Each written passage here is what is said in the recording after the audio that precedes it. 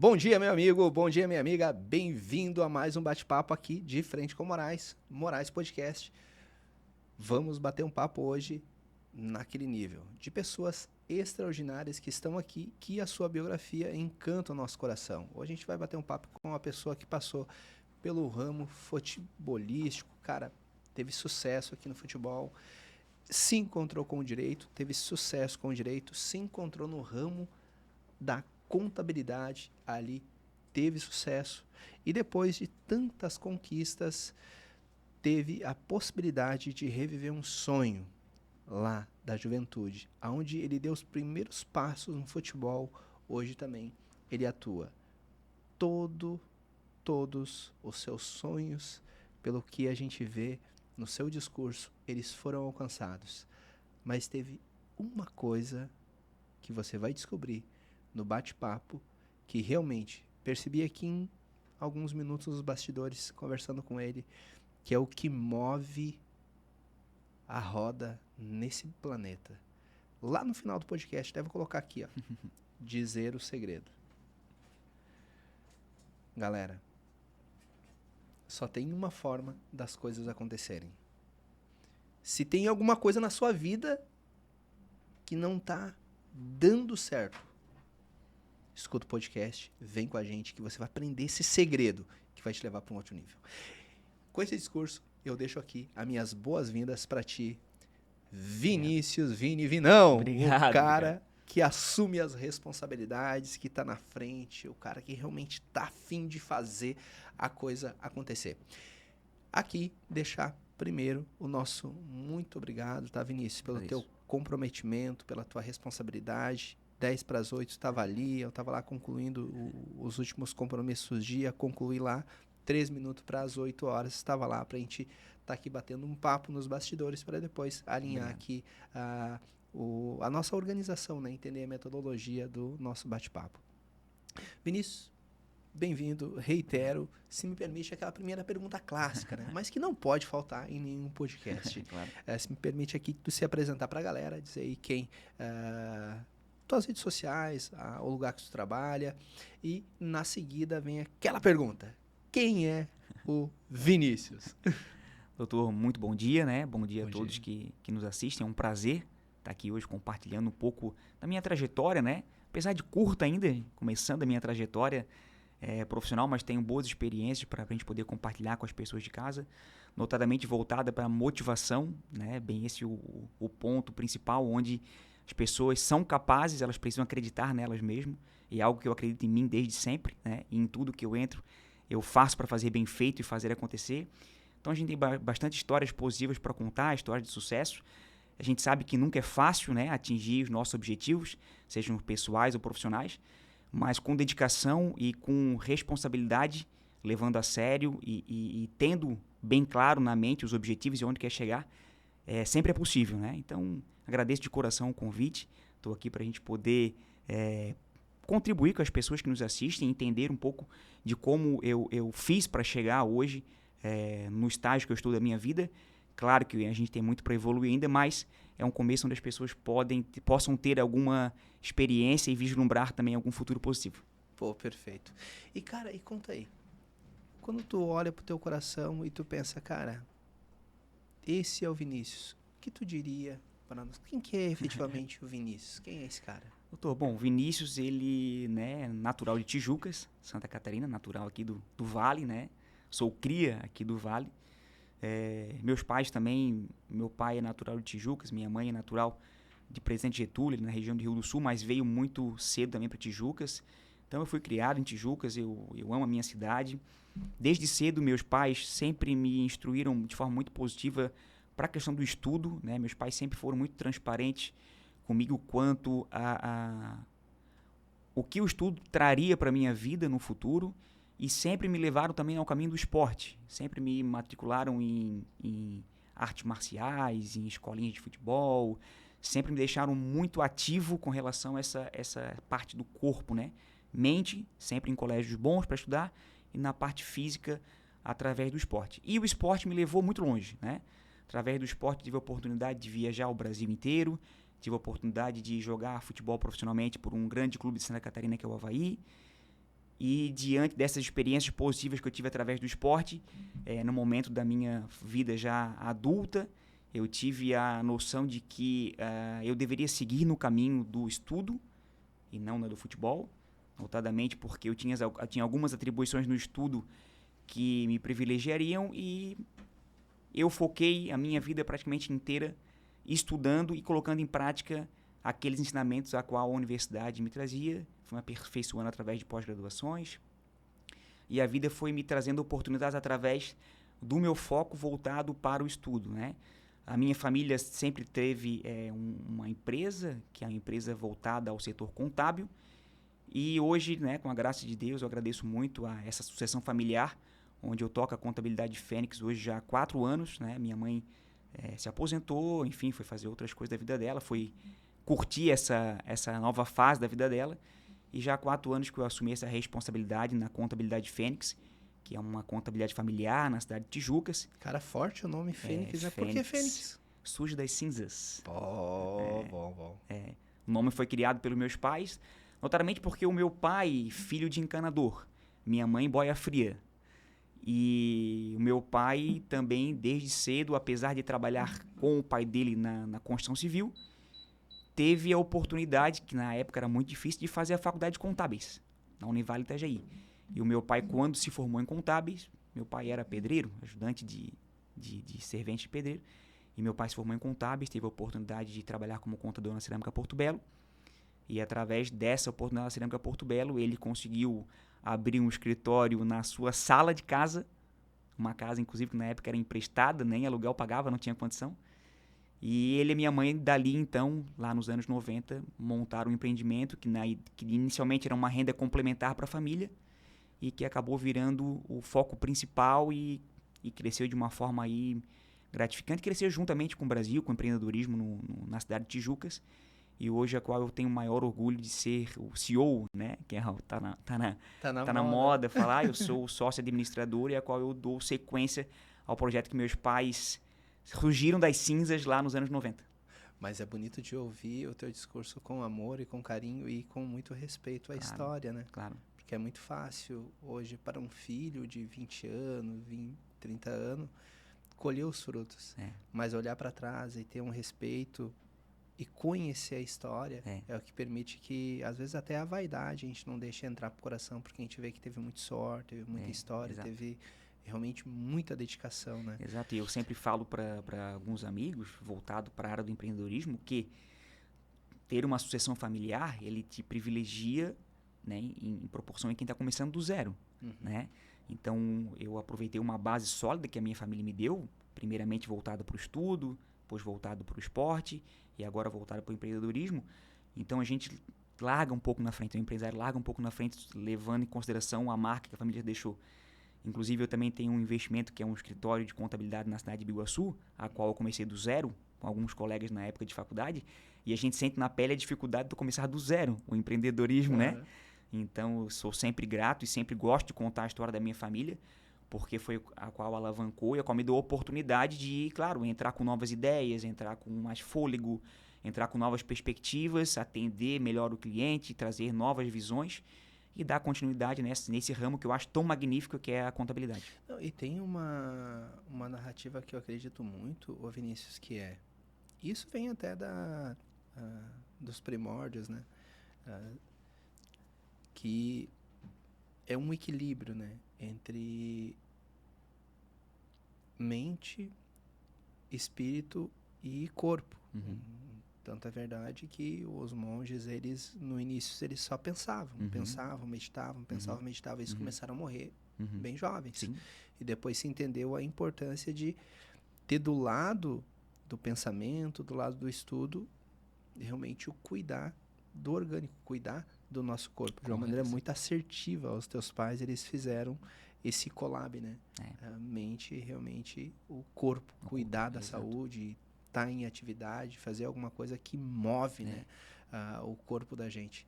Hoje, a minha filha, ela tem 9 anos e sempre instigo ela a fazer natação, instigo ela a fazer crossfit, alguma coisa da moda para dar uma incentivada. Mas tá ali no esporte. Tá no esporte. E hoje em dia é mais difícil por conta da tecnologia, né? Sim. Na minha geração, ter um celular era difícil, ter um computador era difícil, ter uma TV a cabo era difícil. Hoje em dia, as crianças, né, os adolescentes, eles vêm muito voltados para a área da tecnologia, que também é positivo, Sim. né? Crescer com a tecnologia é positivo, mas ficar refém da tecnologia é complicado, né? Sim. Inclusive, até hoje, todo dia a gente tem uma reunião de 15 minutos aqui sobre vendas. E hoje, como de praxe, 15 minutinhos ali falando sobre vendas, o tema de hoje foi o que fazer depois que tu já fez o que tinha para ser feito. Porque se tu não saber o que fazer, quando tu terminou de fazer o que tinha para ser feito com o tempo, meu amigo, aqui ó, Isso. o que tu vai fazer quando não tiver nada para te fazer? Ah, eu não sei, cara, saiba. Né? Saiba o que fazer na tua empresa, quando, até uma reflexão para nós, Claro. empreendedores, né? Claro. A gente tem um manual aqui, no manual a gente trabalha de uma maneira exaustiva. O que fazer depois que já ter feito o que era para ser feito. Exato. Ali é que tá, às vezes, a grana na mesa, parada. E daí tu bota a galera para trabalhar naquele momento, de uma maneira, claro, saudável, de uma maneira sadia, mas tendo como cuidado isso, que é o nosso ativo mais precioso, o tempo, cara. Exatamente. Fazer ele virar moeda. Exatamente. Cara, e seguindo aqui, ó. O que move o coração do Vinícius? O que move o coração desse rapaz aí, cara? Que tu, com 35 anos, cara, tu viveu mais do que muita gente vai viver aí a vida inteira, tá? Pode ter certeza, Vinícius. Eu tenho uma frase que eu já usei bastante, gosto de usar, é que todo ser humano, ele tem a sua responsabilidade social. Não é verdade?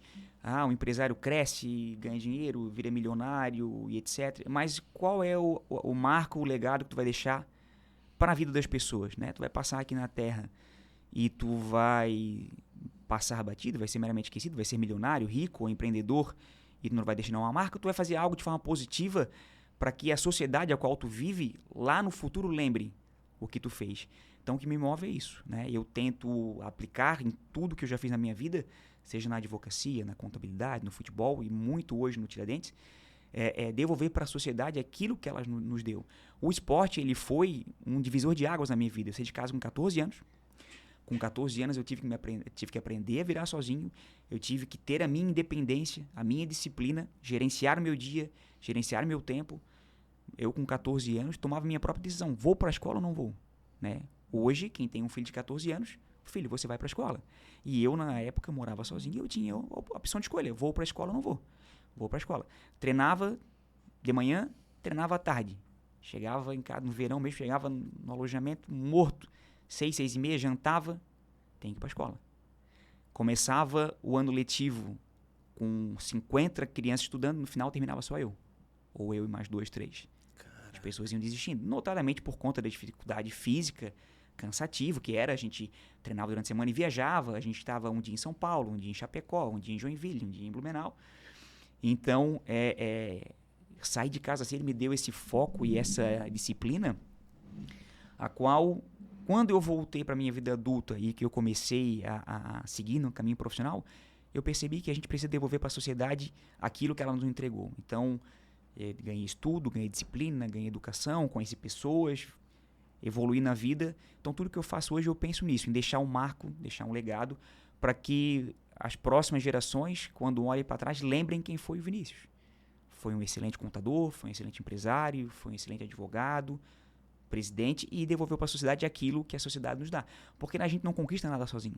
Não, o empresário, sempre sobre pessoas, o empresário, se ele tem uma fábrica de calçado e ele é bem sucedido, porque pessoas compram o calçado dele, porque pessoas trabalham para fabricar calçado para ele. E essas pessoas, elas dependem da vida pública, de estudar, de se locomover, de uma saúde. Então, o empresário, ele tem essa responsabilidade social e cada um se acha dentro daquilo que lhe convém. Uns ajudam a entidades filantrópicas voltadas para a saúde, para a educação, mas sim, a gente tem essa responsabilidade que às vezes passa batido no empreendedorismo. É um ponto que às vezes eu critico o empreendedorismo, de pensar muito em si e pouco na sociedade. Mas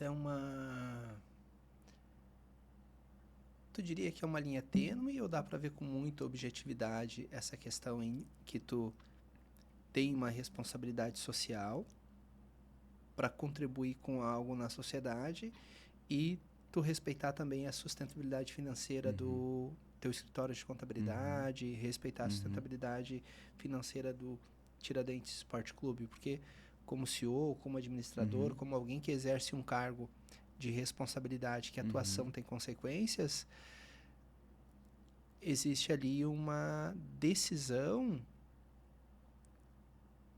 que tu pode ajudar, mas não pode prejudicar a instituição. Então, tem colaboradores aqui, eu quero ajudar. Eu tenho uma responsabilidade social em ensinar.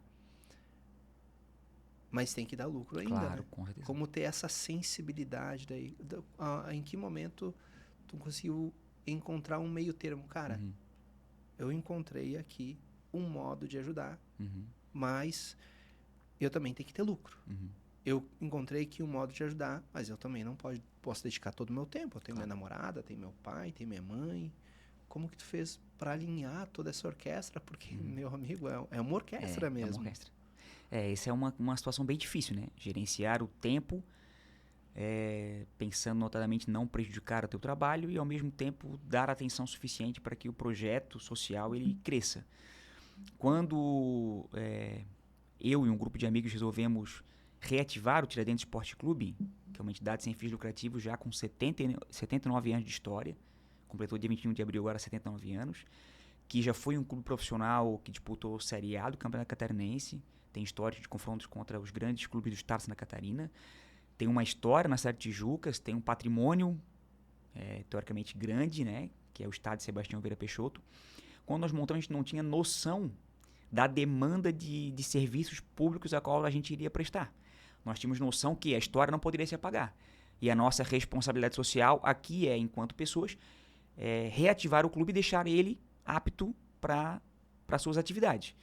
Dali em diante começou um trabalho onde a gente precisou contratar profissionais, notadamente voltado para a área administrativa, voltado para a zeladoria de estádio, voltado para a coordenação do futebol, voltado para treinamentos, para que possam executar o serviço e eu, como presidente da entidade, gerenciar. É claro que não é um trabalho simples, é um trabalho bem complexo, que leva muito do meu conhecimento contábil e jurídico, porque cara, que massa, que a orquestra Deus preparou, né? Exatamente. Ele preparou. Exatamente. O início, os primeiros 2 anos do clube foi 100% jurídico. Resgate do CNPJ, resgate das atas, resgate do estatuto, cadastro dos municípios, cadastro no estado, cadastro na Federação Catarinense, CBF, registro, documentação. 2 anos, eu e minha diretoria, a gente trabalhou só em documentação. E, a partir do momento que tu coloca em prática, e aí a minha função é praticamente contábil financeira, né? Voltada para o clube. Mas sim, é uma questão bem difícil. Eu entendo que muitos empresários acabam não pensando, sobrando tempo para fazer o social. Mas eu vou dizer para ti, que bem como a gente conversou, tudo que tu programar para o teu dia, tu consegue fazer. Se tu programar 30 minutos para o social, tu consegue fazer. Se eu programar o meu dia 30 minutos para ir lá no clube e resolver alguma demanda, o que eu faço? Eu chego 30 minutos mais cedo do meu trabalho ou saio 30 minutos mais tarde do meu trabalho. E como a minha contabilidade é uma empresa familiar que vem ao longo dos anos, que já tem uma solidez, uma estrutura, eu tenho hoje 8 colaboradores que fazem boa parte do trabalho e que contribuem com essa gestão da empresa, eu acabo gerenciando meu tempo nesse sentido. Mas com certeza é algo difícil, complexo. Muitas vezes a família em casa te repreende quanto a isso. Pô, será que realmente está valendo a pena? Porque sim, na contabilidade é o teu ganha-pão. É onde tu traz dinheiro para casa. Eu tô mentalizando aqui, pensando, pô, beleza, eu vou fazer, mas vamos ver. E aí, onde é que tu vai, às vezes, desabafar, né? Com a tua família em casa, com a tua esposa, com a tua família, com os teus pais. E aí, quando tu faz desabafo e eles vê o teu empenho em fazer acontecer.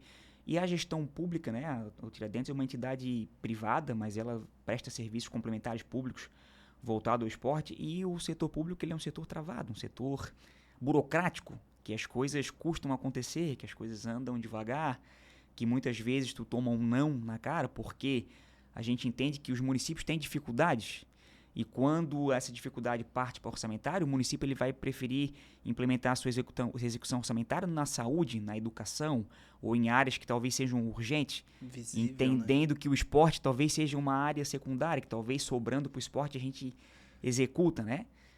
Mal sabe também os gestores que o esporte ele é saúde e educação, ele é ação social. Não, e de Ele é repente, preventivo. E eu vou te dizer que com mais esporte, com mais atividade,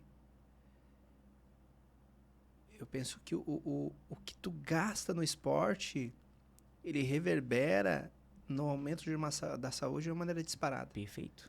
O aumento aqui ganha muito. Perfeito. Ganha muito Perfeito. aqui. O meu exemplo, ele é claríssimo, ele é objetivo. O quanto o esporte me preparou para a minha vida hoje. Não é só o fator de meu pai e minha mãe me dar uma condição boa de educação. Sim. Tem até, se me permite aqui, um feedback. A gente faz entrevista praticamente... Cara, a gente é um escritório que gosta de realmente colocar ideias em práticas de uma maneira muito rápida, e se não der certo, parte para a segunda. E algumas ideias que estão dando certo, a gente tem uma lá que a gente está sempre, para não parar, né? Mas gosta de fazer testes novos. E sempre tem gente nova na casa. A gente faz entrevista praticamente toda semana, né? E uma das coisas que falo, antes eu fazia entrevista, agora é uma outra pessoa que faz as entrevistas. Uma das coisas que eu mais prestava atenção e passei isso para que fosse avaliado com muito cuidado. Cada pergunta tem uma nota. Cada pergunta tem uma nota. E depois é uma soma matemática para ver se a pessoa passou na entrevista ou não. É bem legal a metodologia que a gente utiliza. Mas tem uma pergunta que a resposta, se a gente vê que é verdade, a pessoa, ela... Puff, você pratica algum esporte? Se sim, e estava quase negativo, vai quase para positivo. Só praticar esporte. Por quê? Porque quem pratica esporte tem disciplina. E quem é disciplinado, Perfeito. cara... Faz acontecer. Faz acontecer. O disciplinado faz a coisa. O persistente, o disciplinado, cara, eu vou talvez aqui exagerar um pouco. Ele vence o talentoso. Exatamente. O talentoso fica pra trás. O cara pode ter talento, mas se não tem disciplina, cara, Exatamente. vai ficar pra trás. Porque ele não aguenta o tranco do quanto é desafiador. Só talento não adianta. Tem que ter disciplina. Exato. E, cara, nessa sequência aí de bate-papo, cara, e por que a tua família veio nessa parte de contabilidade? O que te convenceu realmente, cara, vou ficar aí na contabilidade por um tempo? Se puder contar um pouquinho dessa parte pra nós. Bom, a contabilidade ela é uma área muito difícil, né? Uma área de muita responsabilidade, notadamente porque o nosso país ele tem normas extremamente complexas, extremamente difíceis. E isso não é mito, é verdade mesmo. Não, verdade. As pessoas, elas criam um mito, é difícil. É extremamente difícil, extremamente difícil. A gente tem tributos complexos, a gente tem fiscalizações autoritárias, a gente tem diversos problemas na contabilidade. É uma área difícil, mas é uma área fascinante. É uma área onde tu se apaixona. Notadamente porque tu se sente útil para o crescimento do empresário. A contabilidade era uma ferramenta não de fim, uma ferramenta de meio. Então, tu tens a possibilidade de dar caminhos para que o empresário ele siga. E nessa trajetória, tu consegue identificar, eu estou na contabilidade, meus pais aí há 15 anos. E tu consegue notar que quando tu tens a contabilidade, chega um cliente novo, tu dá para ele essa consultoria e ele começa a seguir o que tu vai orientando, seguindo os caminhos a qual tu vai passando para ele vai cumprindo. E tu vê que em 5, 10 anos esse cliente ele tá num poder aquisitivo, econômico, empreendedorismo absurdo, evoluindo, tu olha para trás e, poxa, valeu muito a pena. Ao mesmo tempo que quando tu dá as orientações, tu começa a ver que o cliente começa a fazer um pouco diferente ou sair um pouco daquele trilho que é a qual a contabilidade vai te gerenciando, tu já sabe que lá no final aquele cliente não vai ter muito sucesso. Então isso me traz paixão por ver, por poder contribuir com o crescimento. E aí, muito mais depois que eu assumi a contabilidade, onde eu começo a trazer amigos próximos para empreenderem e onde eu posso gerenciar a parte contábil das empresas. Porque até então, muitos amigos também estão sucedendo as empresas dos seus pais. Sim. E muitos amigos não têm mais a mesma linguagem dos contadores antigos tradicionais dos seus pais, das suas famílias. Querem alguém que seja próximo, que tenha confiabilidade, que fale diferente, que traga caminhos, que esteja aberto para consultoria. Então, a contabilidade me atrai muito nesse caminho. E era um caminho que eu tracei muito para o lado jurídico, né? A minha primeira formação foi jurídica. Eu tinha um sonho realmente de advogar. Era algo que eu gostava de fazer. Tive a oportunidade de advogar por um bom tempo. Tive a oportunidade de advogar no município. Fui assessor jurídico do município. Tive a oportunidade de ser procurador-geral na Câmara de Vereadores também. Advogar para a Câmara de Vereadores em Tijucas. Mas como o caminho do empreendedorismo foi se voltando para a contabilidade, porque a família já tinha esse histórico, porque a minha mãe precisava de um sucessor, então eu acabei seguindo. E o que acontece? Hoje no escritório acaba que eu sou praticamente um consultor. Os meus funcionários fazem todas as funções padrões da contabilidade, tradicionais, que todo contador faz, e eu fico numa área estratégica tentando observar dentro dos balanços, dentro da parte trabalhista dos clientes, em qual ponto eu poderia contribuir, em qual ponto o cliente poderia fazer diferente. E aí me traz o prazer onde eu vejo que os clientes vão seguindo aquela ideia, aquele raciocínio jurídico contábil, e a empresa vai crescendo e o empresário vai colhendo seus frutos. Cara, e é muito interessante porque com o advento da tecnologia teve um grande boom em que eu estou percebendo tanto a contabilidade quanto a advocacia, ela está se tornando um grande software de processo, Exato. onde a gente metrifica tudo. Exato. E isso cada vez mais faz com que se valorize cada vez mais o atendimento ao cliente em uma forma de consultoria, em uma forma de experiência, em uma forma de realmente a pessoa tá entendendo o que tu fala, mas tá entendendo realmente que tu tá interessado nela, não só em resultados. E isso é muito bacana. E os clientes, eles já entenderam isso, e alguns empresários entenderam isso também, e aqueles que estão saindo na frente vai dar certo. Porque a IA, ela vai cada vez mais vai fazer valorizar isso, humano. Hoje as minhas consultorias na área da contabilidade, elas são geralmente desmistificando algumas pesquisas na IA.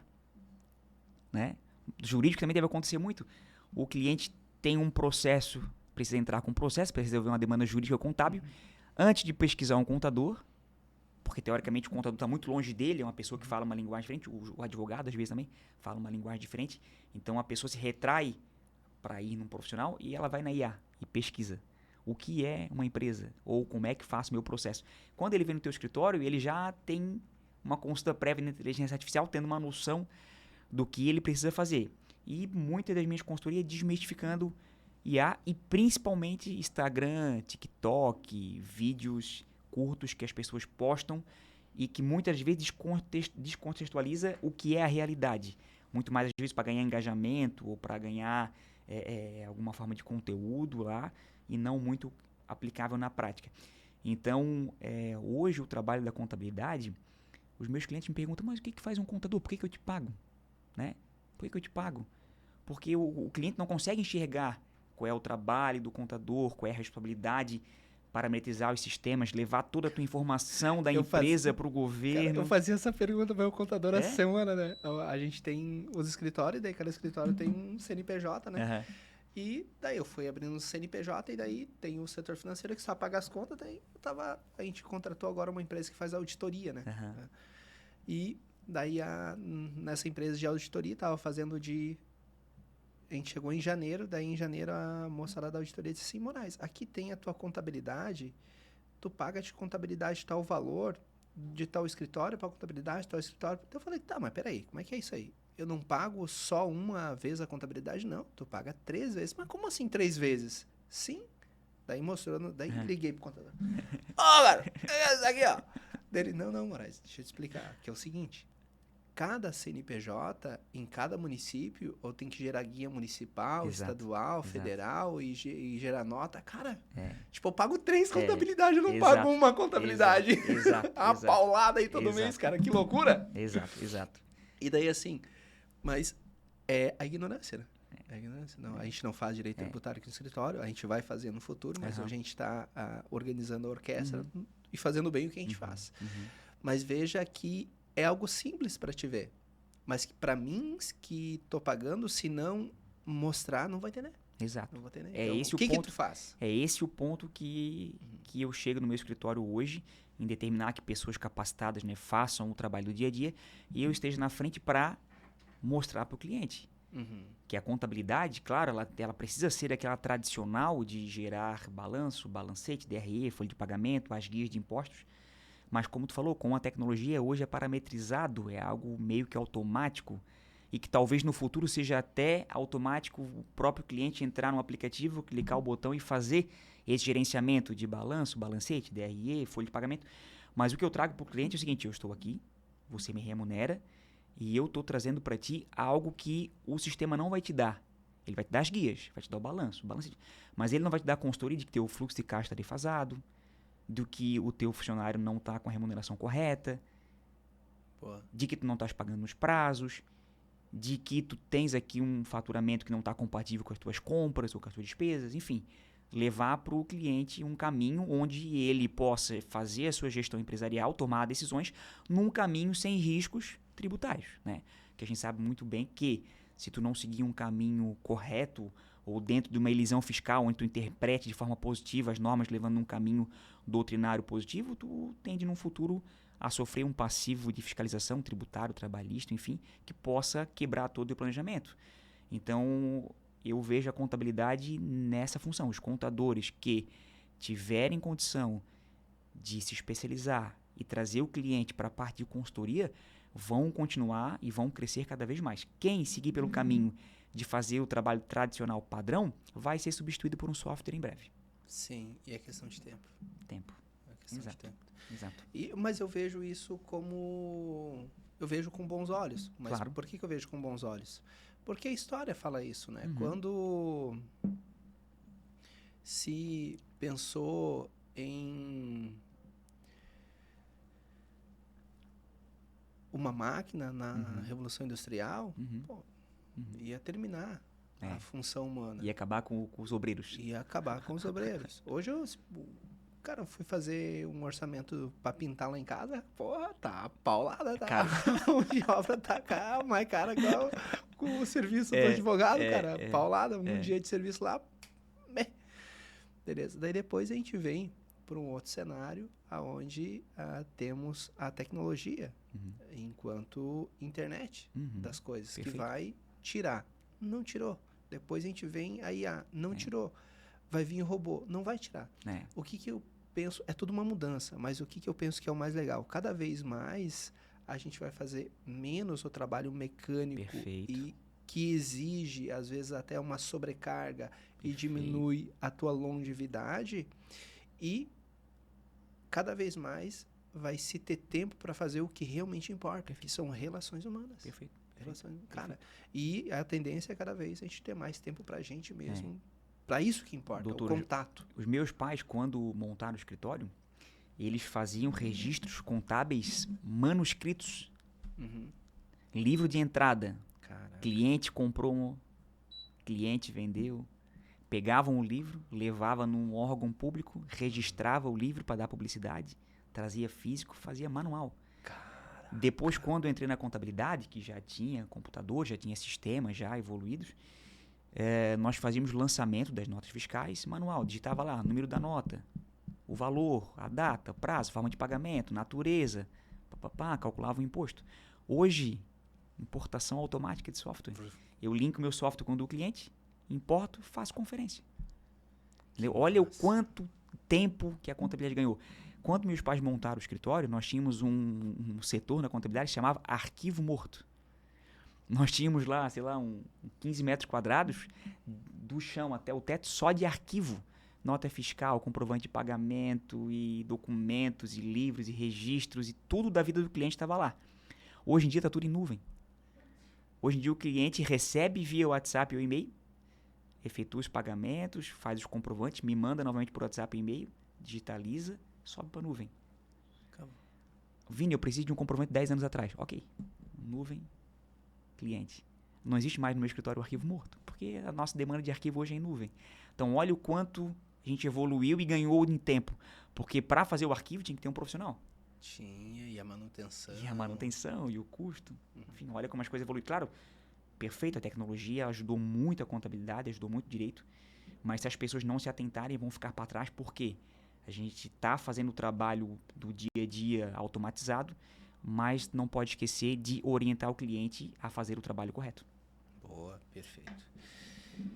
E conta aí um pouco para mim, fiquei curioso aí com relação a esse detalhe. Qual foi o grande desafio, Vinícius, quando tu estava lá no futebol e tu deu os primeiros passos aqui em direção à contabilidade? Mas, sobretudo, porque no meio do caminho ali teve a questão envolvendo a advocacia, né? Então, Exato. futebol, advocacia, contabilidade. Cara, como é que foi essa transição, partindo do pressuposto, e aqui o detalhe, que era uma empresa familiar, tanto na advocacia quanto na contabilidade. Daí a empresa familiar, ela acaba trazendo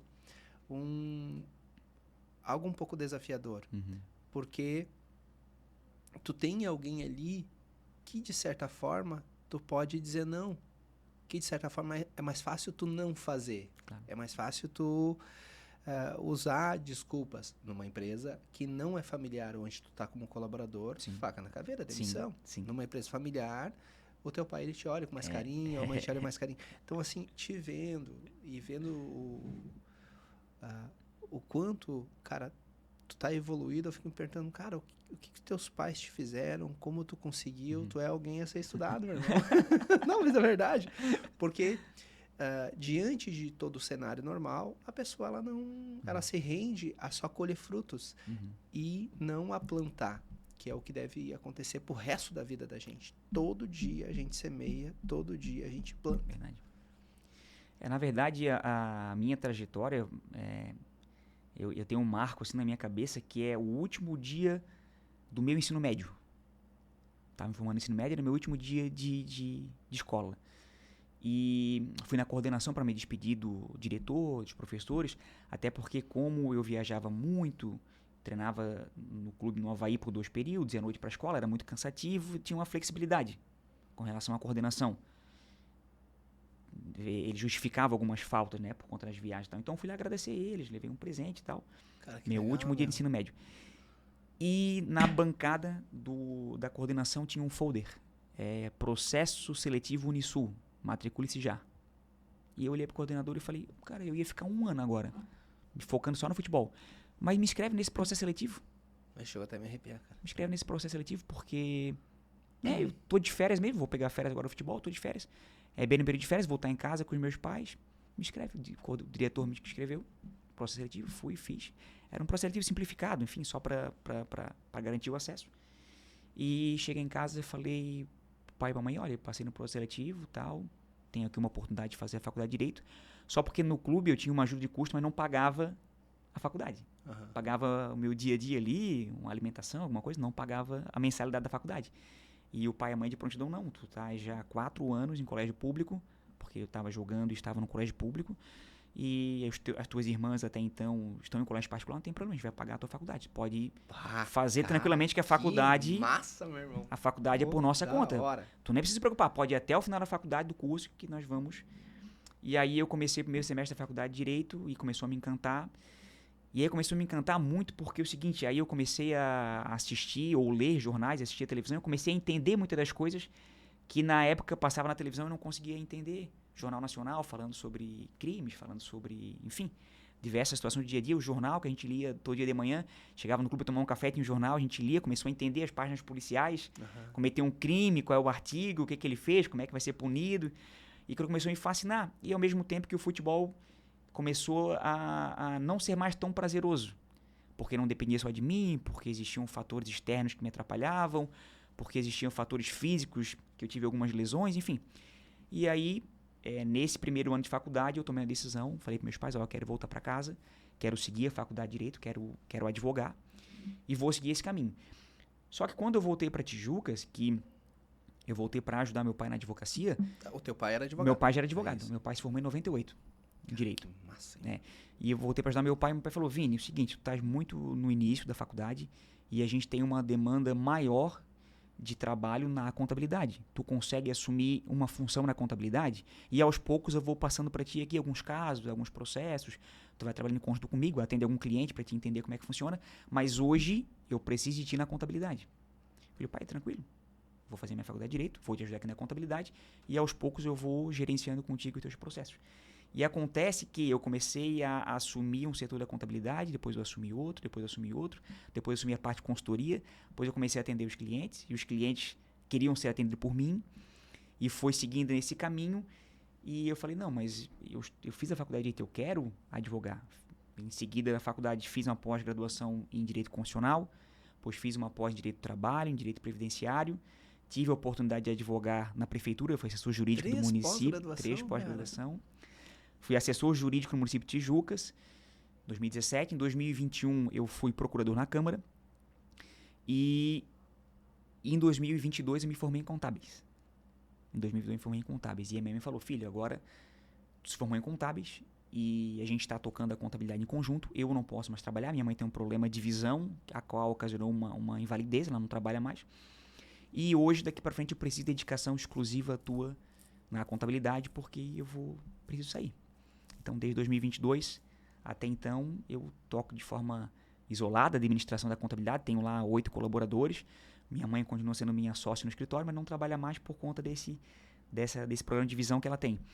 Mas a minha trajetória seguiu nesse formato. E os teus irmãos? Agora fiquei curioso. Então, eu tenho 2 irmãs. Uhum. Tenho 2 irmãs, uma médica e uma nutricionista. As 2 moram em Porto Alegre. Caraca, As 2 moram em Porto Alegre. Moram em Porto Alegre? As 2 moram em Porto Alegre. Uma irmã minha que é médica agora passou num concurso em Xangri-Lá.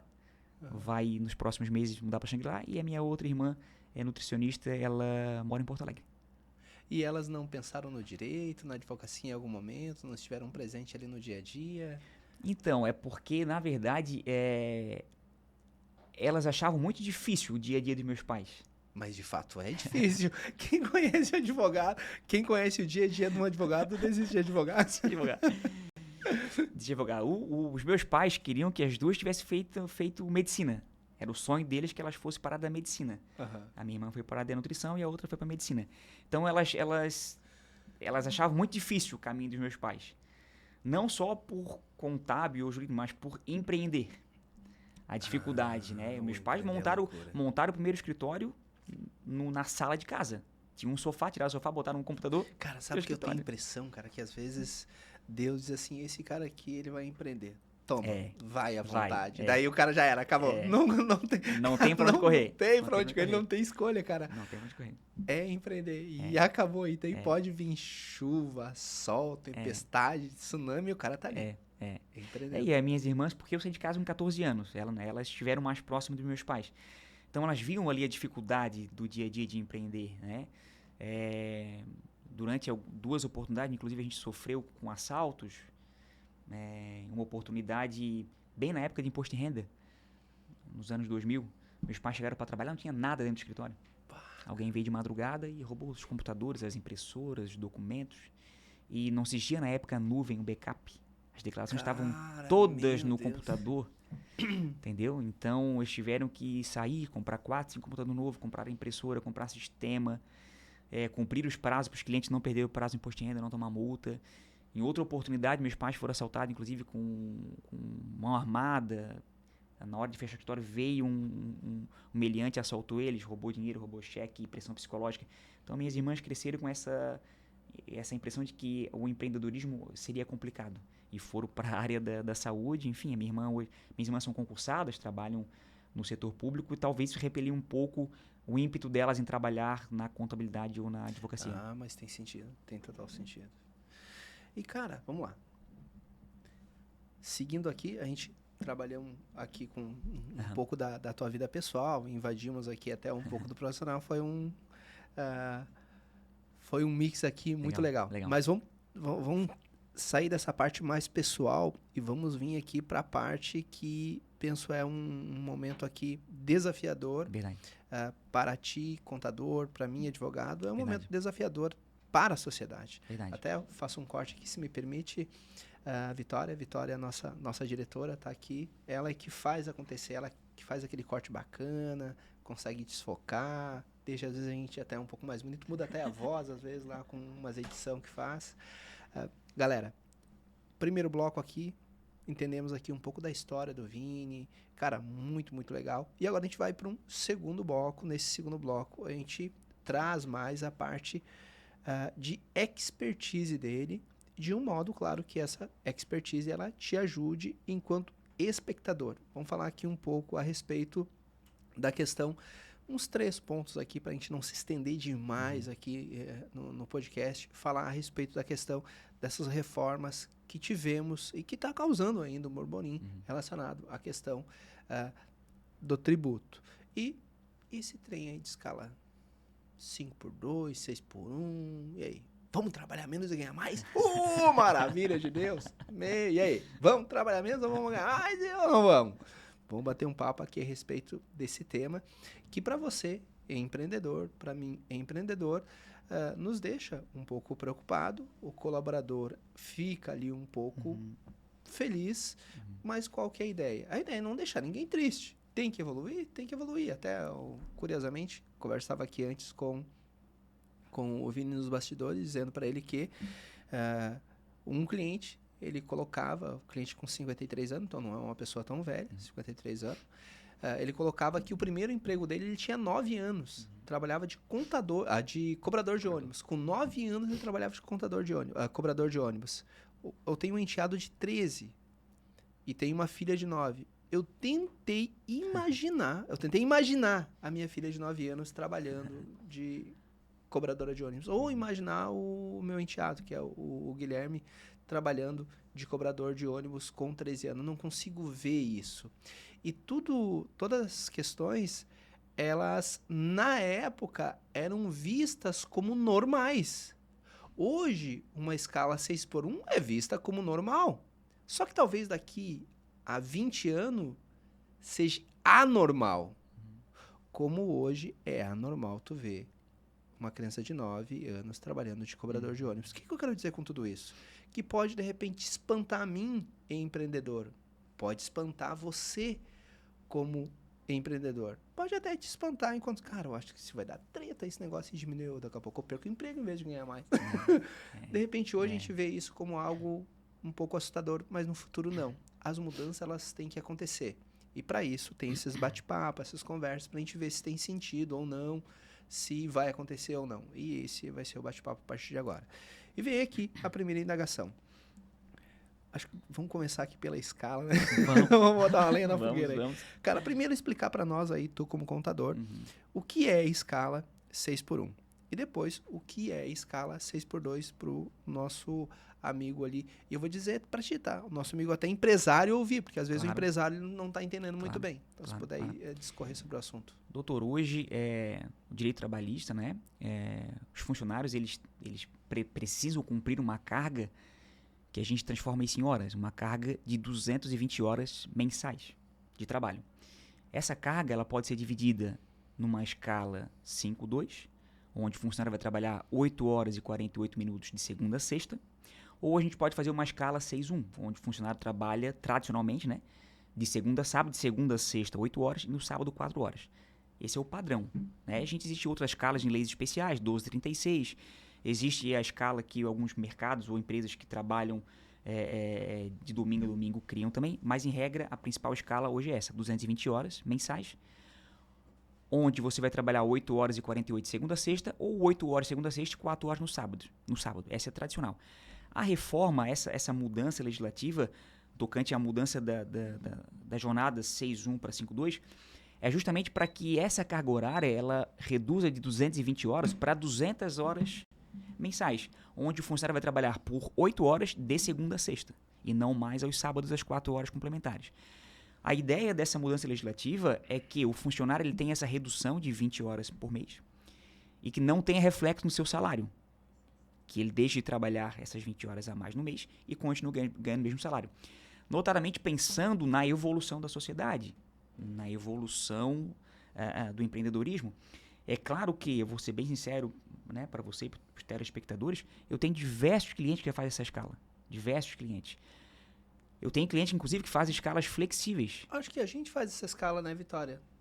Então, Segunda a sexta, 8 horas. Né? segunda a sexta, 8 horas. Por exemplo, o A escritório de gente trabalha advocacia... das 8 às 12, das 13h30 às 17. Exato. Todo dia. Eu tenho diversos Na verdade, clientes... até menos, né? Não chega a dar as 200 horas Não completas no chega mês. Isso aí. Então, a gente tem clientes, geralmente voltado para a tecnologia ou para profissionais liberais, que inclusive tem escalas flexíveis. Ô, amigão, você tem que cumprir 220 horas, faz a tua escala. Tu quer vir um dia de manhã, um dia à noite, um dia à tarde, tu queres vir às 7 da manhã, às 7 da noite. Não, irmão. Porque o Zuckerberg ele tentou lá, eles cancelaram esse trem aí, né? Porque voltado para a tecnologia, a gente entende que o profissional ele tem a função criativa, né? A área da arquitetura, enfim, algumas áreas específicas, e a função criativa ele dá essa liberdade do patrão e o funcionário articularem a melhor jornada. É claro que ainda é algo moderno, vamos colocar, né? É algo moderno. Mas o que acontece? Essa mudança da escala, ela já é algo que aos poucos a nossa sociedade implementa. Eu vejo a dificuldade de talvez isso vir de uma mudança legislativa tão abrupta, porque vai trazer essa rejeição por parte do empreendedor. Tudo que traz mudança, o ser humano ele está olhando de uma forma negativa para tudo. Cara, verdade. Para tudo. Que vai... Se tu pega o caminho de casa todo dia por aqui, se a prefeitura trava e te manda ir para outro caminho, tu vai rejeitar. Tu vai reclamar, pô, que saco, cara. Até tu perceber que não, realmente a prefeitura fez isso porque o caminho é o melhor. Então vai trazer essa discussão e muitas vezes também essa discussão é mais política do que prática. Direita, esquerda, polarização e tal. Porque na prática muitas pessoas já fazem essa escala. É claro que as grandes redes... Numa grande escala, o impacto é gigante. Né? As grandes redes, talvez, trazendo essa redução de 20 horas, vão ter que colocar mais um colaborador na escala. Vai trazer o prejuízo. Ou então vai ter que pagar para esse colaborador uma hora extra para ele complementar o salário. Então, essa mudança legislativa, ele traz mais um viés político do que prático. Né? O governo está levando isso para um viés político eleitoral, possivelmente. Estamos em um ano eleitoral, isso já poderia ter acontecido em anos, do que prático. Por quê? Porque essa decisão de mudar poderia ser consensual entre próprios sindicatos dos empreendedores ou grupos de empreendedores e grupos de trabalhadores. E o governo vem numa imposição legislativa, talvez muito mais política do que prática. Se for perguntar para vários empresários, por exemplo, para ti, na tua prática isso já acontece, a tua escala já é 5/2, tu já trabalha 200 horas, isso é um acordo com os teus funcionários, a remuneração dele já está pré-definida, né? Então, essa polêmica talvez da escala ser imposta no ano eleitoral, talvez muito mais viés político do que prático. Perfeito. Cara, e nessa linha de pensamento aqui, ainda voltado para o direito empresarial, se tu puder tratar aqui para nós uns 3 pontos relacionados a essa questão tributária que tanto se falou, taxa PIX, etc, etc. Trazer aqui, quebrar 3 mitos e trazer 3 verdades. Vamos fazer aqui meio que um quiz, né? 3 mitos, 3 verdades aí desse tema direito tributário para deixar nós calmos ou a gente sair correndo. Então, doutor, a gente vai com calma para não assustar quem nos assiste, né? Daqui a pouco o meu contador não falou sobre isso, enfim. Mas, na verdade, a reforma tributária, ela vem com uma ideologia de simplificação, né? Nós sabemos que o Brasil ele tem a maior carga, uma das maiores cargas tributárias do mundo e com certeza a mais complexa. Dá para dizer que não é a maior, então. Não é a maior do mundo. Existem países com maior carga. Mas dá para dizer que é a mais complexa.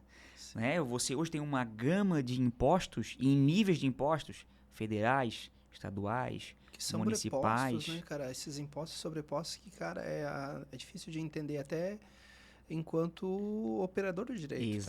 Exato. Eu vou pagar outra vez. Mas eu já paguei, vou pagar de novo, cara. Exato. Esses dias eu tava fazendo... Cara, a gente... Na questão da folha de pagamento, né? Pagou. Daí depois eu vou pagar mais imposto ainda sobre a minha retirada. Exato. Eu já paguei. Exato. Então a reforma tributária, ela... trocasse um ponto onde a gente precisa trazer, né, para as pessoas que nos assistem com relação à retirada dos lucros. Então a reforma tributária ela veio com essa ideologia de simplificação e também de redução da carga tributária. Eram as ideias por trás do projeto de lei. Mas o que a gente vê na prática, a reforma tributária ela já existe, ela já está em vigor desde janeiro de 2026 e a gente já tem algumas mudanças significativas para 26, mas de forma prática, a partir de janeiro de 27, muitas mais coisas vão mudar. Na verdade, porque a gente tem percebido, a reforma tributária, ela não traz tanta simplificação como promete e ela também não traz redução da carga tributária. Um grande problema que a gente tem hoje é o seguinte, que a reforma tributária já existe, ela está em vigor, a lei está em vigor, e a gente não tem as regulamentações, por exemplo, quanto às alíquotas a serem aplicadas. Como ele vai virar ação judicial e atrás de ação judicial? Então, o que o governo hoje colocou em prática? Olha, está aqui a reforma tributária, nós vamos substituir os impostos federais PIS, COFINS e IPI por um único imposto, e nós vamos substituir lá para 2030 os impostos municipais e estaduais por um imposto só. Vamos transformar num IVA, para simplificar para o pessoal em casa. Acontece que, beleza, ok, mas quanto que eu vou pagar? O empresário hoje não sabe. Não tem a normativa especificando quanto cada área vai pagar do seu imposto. Então, os empresários estão implementando nos seus sistemas a reforma tributária, implementando nas suas emissões de notas fiscais, fazendo estudo de algumas coisas que estão em prática, mas no tocante à alíquota e quanto eu vou pagar efetivamente, ainda não se sabe. O que a gente já sabe é que entrou em vigor agora em 2026 algumas situações a quais tiram um pouco do brilho do empreendedor com relação ao lucro, né? Então, até o ano passado, a totalidade dos lucros que o empresário apurou dentro da sua contabilidade, ele poderia distribuir para o seu CPF, para fazer o seu ganho pessoal, complementar a sua renda pessoal ou trazer para os seus investimentos pessoais. A partir de 2026, o que exceder a 50 mil mês tem uma taxação de 10%. Pô, e alta, né? Já está prático. Tipo, 0 para 10%, cara, de 1 milhão é 100 mil. Se tu for pensar em grupos empresariais pequenos, talvez o empresário vai deixar esse dinheiro dentro da empresa para reinvestir, ou vai tirar o limite de 50 e o restante ele vai reinvestir dentro da própria empresa. Talvez. Uma pergunta aqui, se me permite. Por exemplo, tem o CNPJ da empresa. E tem o meu CPF. Se eu pegar um cartão de crédito, por exemplo, do CNPJ da empresa e começar a gastar em uso pessoal, isso é da empresa ou é pessoal? Interessante, né? É interessante, porque assim, a contabilidade ela tem um princípio chamado princípio da entidade.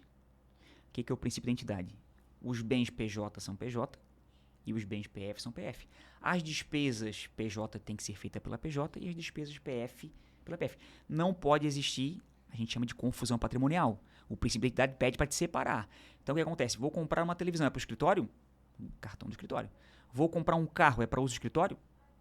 CNPJ do escritório. Vou comprar um carro para uso pessoal? O CPF. Então, o princípio da entidade... Mas a pergunta é, no dia a dia, o empresário, ele usa o CNPJ da empresa para o pessoal? Enfim, usa. E isso dá rolo?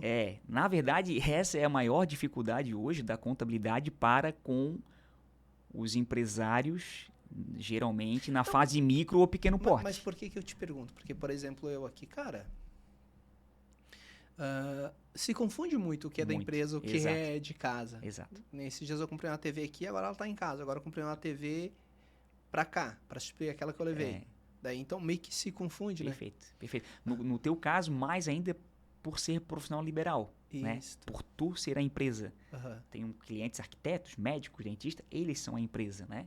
Então, essa situação de princípio contábil, norma contábil, ela tem que ser levada em consideração, é claro, mas é uma situação em que o empresário tem que lidar no dia a dia. É claro que eu, como contador, eu não vou dentro da empresa do cliente e proibir que ele tenha despesas pessoais na empresa, despesa da empresa dentro do CPF dele.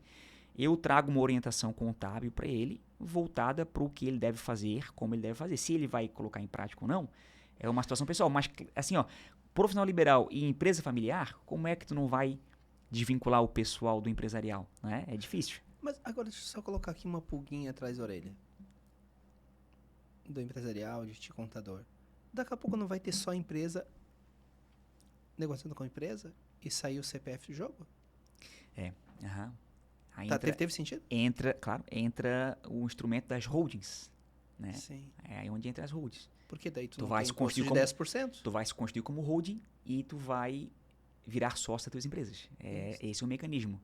Acontece que as microempresas e empresas de pequeno porte que optam pelo Simples Nacional, que é a tributação benéfica e mais barata hoje no Brasil e simplificada, o Simples Nacional ele proíbe que a empresa tenha um sócio PJ. Se você construir um sócio PJ, você perde o Simples. Você vai para o lucro real, o lucro presumido. E que, em regra, é uma tributação mais cara para grande parte das empresas do país. E até quantos mil mês poderia ficar, ou ano, poderia ficar no Simples? O Simples tem uma tabela até 4 milhões e 800 anos. 4 milhões? É. Ah, mas para chegar em 4 milhões é 2 palitos, É né, 2 cara? palitos, é pouco. Mas presume-se que quase 90% das empresas brasileiras estão optantes pelo Simples Nacional.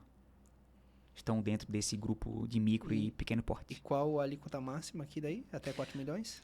A alíquota máxima ali pode chegar, se for prestação de serviço, pode chegar a 17%, 18% de imposto. Vai de 4% a 17%, 18% dentro do Simples.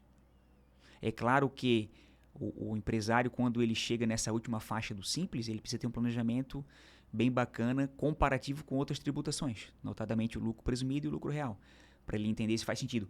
Se fizer sentido ele ir para um lucro presumido e lucro real, entra com certeza, tu já pegasse o pulo do gato, né? Que é se construir como holding e a holding ser sócio de sua empresa para que ele possa distribuir esses lucros para sua holding sem pagar o adicional de 10%. Isso. E daí só usa cartão da empresa. E aí lá na holding tu vai fazer toda a tua despesa, na verdade teus investimentos, né?